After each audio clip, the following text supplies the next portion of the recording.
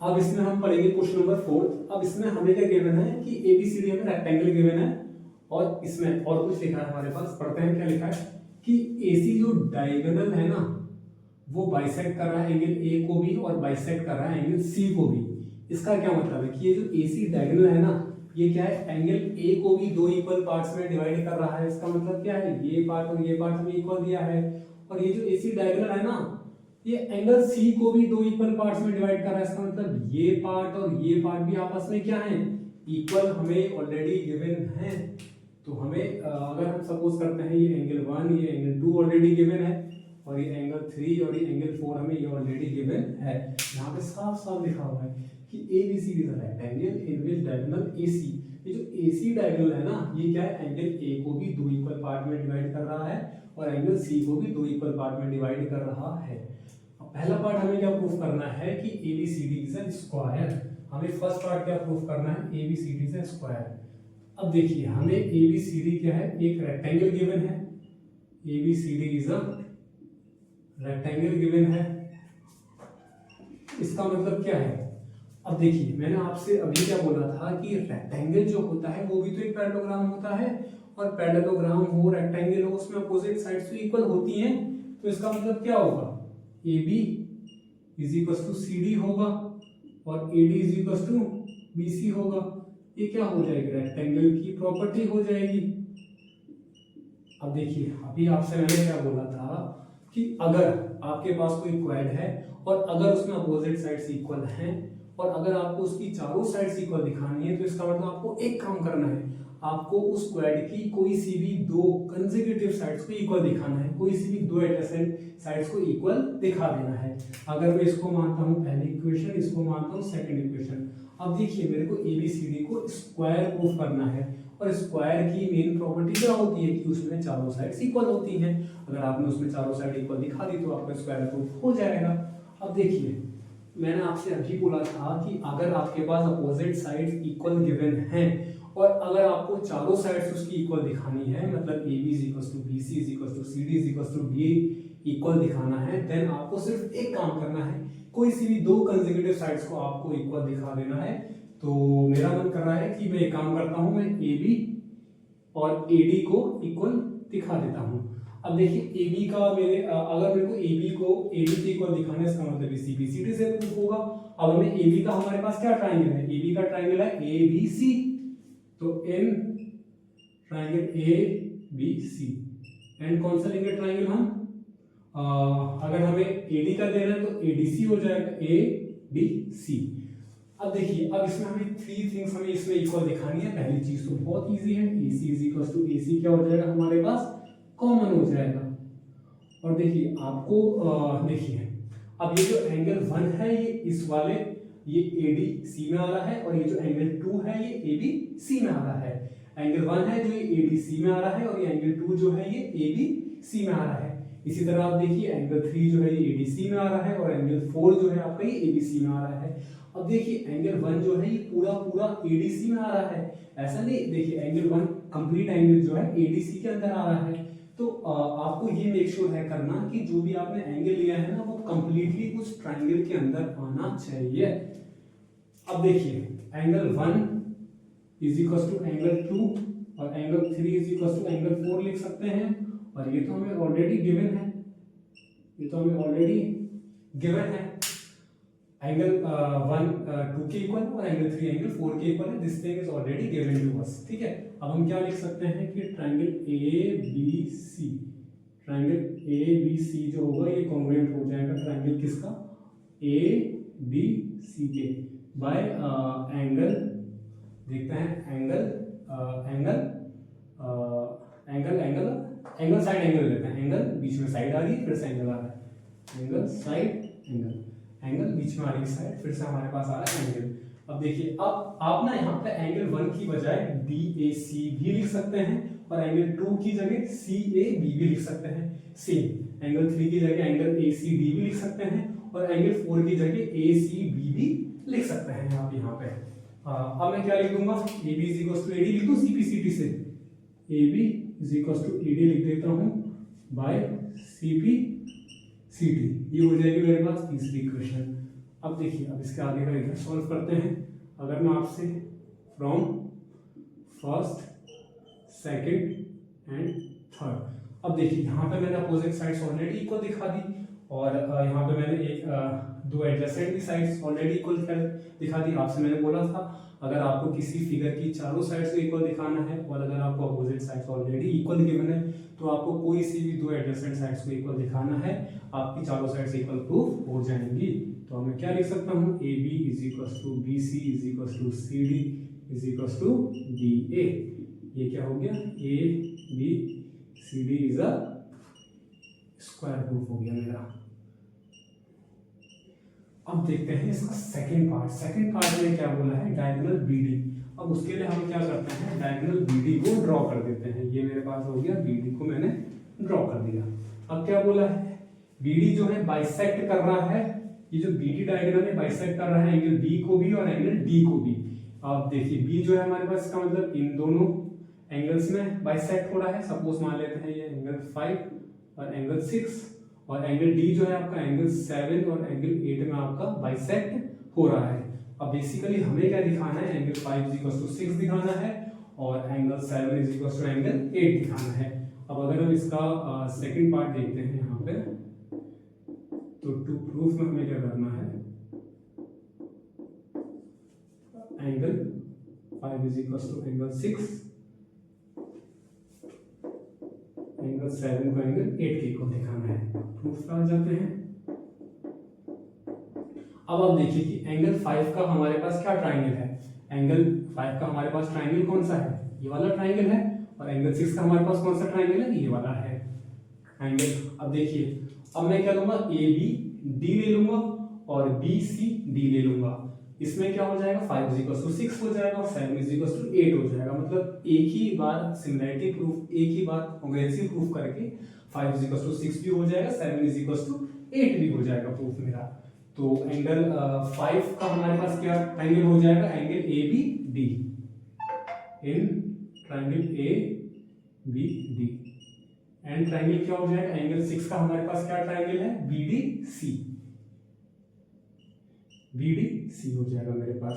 अब इसमें तीन चीजें आपको इक्वल बतानी है मुझे। अब बताइए तीन चीजें कौन कौन सी इक्वल होंगी। एक तो देखिए B D is equal to क्या हो जाएगा, बी डी मेरे पास कॉमन हो जाएगा, ठीक है। और क्या होगा मेरे पास, B D is equal to B D क्या हो जाएगा, मेरे पास कॉमन हो जाएगा। अब देखिए A B is equal to C D होगा। देखिए ए बी यहाँ पे आ रहा है, सी डी यहाँ पे आ रहा है, ये क्यों इक्वल होगा, क्योंकि ए बी सी डी हमें रेक्टेंगल गिवन है और उसमें अपोजिट साइड्स ऑलरेडी इक्वल होती हैं। A B is equal to क्या होगा, सी डी होगा। अब A B is equal to C D होगा तो A D is equal to B C भी तो होगा, A D is equal to B C होगा। देखिए ए डी इसमें आ रहा है, बी सी इसमें आ रहा है, A D is equal to B C भी हो जाएगा। ये लिख लेते हैं रेक्टेंगल प्रॉपर्टी। अब क्या लिख देंगे, triangle A B D congruent to triangle B D C. ये हमारा प्रूफ हो जाएगा, साइड साइड साइड से ये हमारा प्रूफ हो गया। अब इसके बाद क्या है, हम थोड़ा सा यहाँ पे सॉल्व कर लेते हैं इसको। इसके बाद एरो बना दिया मैंने। अब हम क्या लिख सकते हैं, angle 5 is equal to angle 6 और angle 7 is equal to angle 8 by C P C T. और इसके साथ हम क्या लिख सकते हैं, diagonal B D bisects angle B and angle D. यहां पे इसको मैं थोड़ा सा एंगल 8 सही कर लेता हूं। ये हमारा क्वेश्चन यहाँ प्रूफ हो चुका है। अब देखिए हमें क्या है, इसमें एबीसीडी का पैराग्राम गिवन है। एबीसीडी हमें क्या है, पैराग्राम गिवन है। अब क्या है, एपी और सीक्यू क्या है, परपेंडिकुलर्स हैं। एपी जो है ये वर्टेक्स ए से हमने एक परपेंडिकुलर ड्रॉ करा है एपी बीडी के ऊपर, और वर्टेक्स सी से क्या है, सीक्यू एक हमने परपेंडिकुलर ड्रॉ करा है ऑन डायगोनल बीडी के ऊपर। इसका मतलब क्या है, ये जो एपी है परपेंडिकुलर क्या है बीडी के, और ये जो सीक्यू है ये हमारे पास क्या है, ये भी परपेंडिकुलर है बीडी के। अब देखिए परपेंडिकुलर का अब क्या मतलब है, एपी और बीडी क्या है आपस में परपेंडिकुलर है। इसका मतलब क्या है कि एपी और बीडी जो है ना, जैसे क्या मान लीजिए हमारे पास ये एपी है, सपोज ये एपी है और ये बीडी है। अगर मैं आपसे बोलता हूँ कि एपी जो है परपेंडिकुलर है बीडी के, इसका मतलब क्या है, ये एंगल भी 90 होगा, ये एंगल भी 90 होगा। तो सेम ये वाला एंगल भी 90 होगा, ये वाला भी 90 हो जाएगा। और इसमें हमें क्या गिवन है, CQ जो है वो भी हमें क्या है परपेंडिकुलर दिया है BD के। अब हमें क्या प्रूफ करना है, हमें ये प्रूफ करना है। अब देखिए APB देखते हैं, APB वाला ट्रायंगल हमारे पास ये है और CQD वाला ट्रायंगल हमारे पास ये है। हमें इन दोनों को कॉन्ग्रुएंट प्रूफ करना है। अब देखिए कॉन्ग्रुएंट प्रूफ करने के लिए हम क्या लेंगे, पहले in triangle APB and triangle CQD ले लेंगे हम ट्रायंगल। अब देखिए इसमें हमें तीन चीजें इक्वल दिखानी है। अब वो तीन चीजें हमें इक्वल, इसमें हमें एक चीज और है गिवन, एक चीज हमें और क्या गिवन है, वो हमें गिवन है DP इज BQ गिवन है क्या हमें, नहीं इसमें हमें और कुछ गिवन नहीं है। अब देखिए अब इसमें तीन चीजें हमें इसमें इक्वल दिखानी है। बताइए इसमें तीन चीजें हमारे पास कौन कौन सी होंगी। देखिए एक तो AB जो होगा CD के इक्वल होगा, AB जो होगा CD के इक्वल होगा। ये क्यों होगा, क्योंकि हमें ABCD पैरेललोग्राम गिवन है और हमें क्या पता है पैरेललोग्राम में अपोजिट साइड्स जो होती हैं ये इक्वल होती हैं, पैरेललोग्राम प्रॉपर्टी। और क्या होगा, देखिए AD is equal to AB is equal to CD हो गया, ठीक है। अब देखिए अब इसमें कुछ और आ रहा है हमारे पास कॉमन। हाँ देखिए 90 का एंगल भी गिवन है हमें। अगर हम बोलते हैं angle APB, angle APB is equal to हो जाएगा angle CQD is equal to 90 degree each, ये भी हमें गिवन है। अब देखिए यहाँ पे हमने क्या ले रखा है, आपको एक चीज का ध्यान रखना है, यहाँ पे आपने ले रखा है APB। अब देखिए तो यहाँ पे जो अल्फाबेट्स हैं और यहाँ पे जो अल्फाबेट्स हैं ये क्या है सेम होनी चाहिए, देन आप यहाँ पे उस एंगल को एज अ रीजन कंसीडर कर सकते हैं। अल्फाबेट्स अगर आपके सेम होंगे तो आपके क्वेश्चन गलत होने के चांसेस काफी हद तक रिड्यूस हो जाएंगे। एंगल APB जो होगा एंगल CQD के इक्वल हो जाएगा। अब हमें एक चीज और दिखाना है हमें इसमें इक्वल, अब वो क्या होना चाहिए, देखिए अब अगर हम देखते हैं ये वाला एंगल की अगर हम बात करते हैं, ये वाला एंगल की बात करते हैं, ये वाला एंगल जो है इसके इक्वल होगा। अब क्यों होगा, अभी हमने पढ़ा है कि अगर दो लाइंस पैरेलल होती हैं AB और CD क्या होंगी, आपस में पैरेलल होंगी। ये क्यों पैरेलल होंगी, हमें पता है पैरेललोग्राम के अपोजिट साइड्स पैरेलल होती हैं और ये BD क्या है एज अ ट्रांसवर्सल एक्ट कर रहा है। तो ये वाला जो एंगल होगा वो इसके इक्वल हो जाएगा और इसको भी कॉल इट ऑल्टरनेट एंगल। जब आपके एंगल जो है Z में फॉर्म होता है, ये वाला एंगल जब इसके इक्वल हो जाएगा तो इसको भी कॉल इट ऑल्टरनेट एंगल्स। तो इसको क्या बोल देंगे हम, एंगल ABP, एंगल ABP। अब देखिए बोलने को हम इसको ABD भी ABD बोलो या ABP बोलो, बात एक ही है। लेकिन क्या है ना, यहाँ पे हमारे पास APB है, इसलिए क्या है मैं उसको ABP लिखना ही बेटर समझूंगा यहाँ पे इसको, ठीक है। तो आप भी ये कोशिश करेंगे अगर आपके अल्फाबेट सेम आ रहे हैं तो आपके क्वेश्चन गलत होने के चांसेस बहुत ज्यादा कम हो जाएंगे। और यहाँ पे क्या ले लूंगा मैं, CDQ, एंगल CDQ। रीजन क्या हो जाएगा हमारे पास, रीजन हो जाएगा ऑल्टरनेट एंगल्स, ऑल्टरनेट एंगल्स, ये हमारे इसके पास रीजन हो जाएगा। अब देखिए एक चीज, दो चीज, तीन चीजें हो गई। अब मैं लिख सकता हूँ कि ट्रायंगल APB ये कॉन्ग्रुएंट हो जाएगा किसके, ट्रायंगल CQD के। रीजन हम देख लेते हैं। देखिए एंगल आ रहा है, देखिए एंगल आ रहा है, एंगल साइड आ रहा है हमारे पास, एंगल साइड आ रहा है हमारे पास। तो इससे ये हमारे पास फर्स्ट पार्ट ऑलरेडी प्रूव हो चुका है। अब ये जो सेकंड पार्ट है हमारे पास ये क्या है, ये हमें इसमें प्रूव करना है AP को हमें CQ के इक्वल दिखाना है। अब देखिए अगर हमें है पता कि अगर हमने दो एंगल्स को कॉन्ग्रुएंट प्रूव कर दिया है तो उसके बाद हम CT से तीनों एंगल्स भी इक्वल दिखा सकते हैं और कोई सी भी साइड्स को भी इक्वल दिखा सकते हैं। जैसे हम AP और CQ को इक्वल दिखा सकते हैं, PB और QD को इक्वल दिखा सकते हैं, AB और CD को इक्वल दिखा सकते हैं। अगर हमारे पास दो ट्रायंगल कॉन्ग्रुएंट है तो हम साइड्स को भी इक्वल दिखा सकते हैं और एंगल्स को भी दिखा सकते हैं।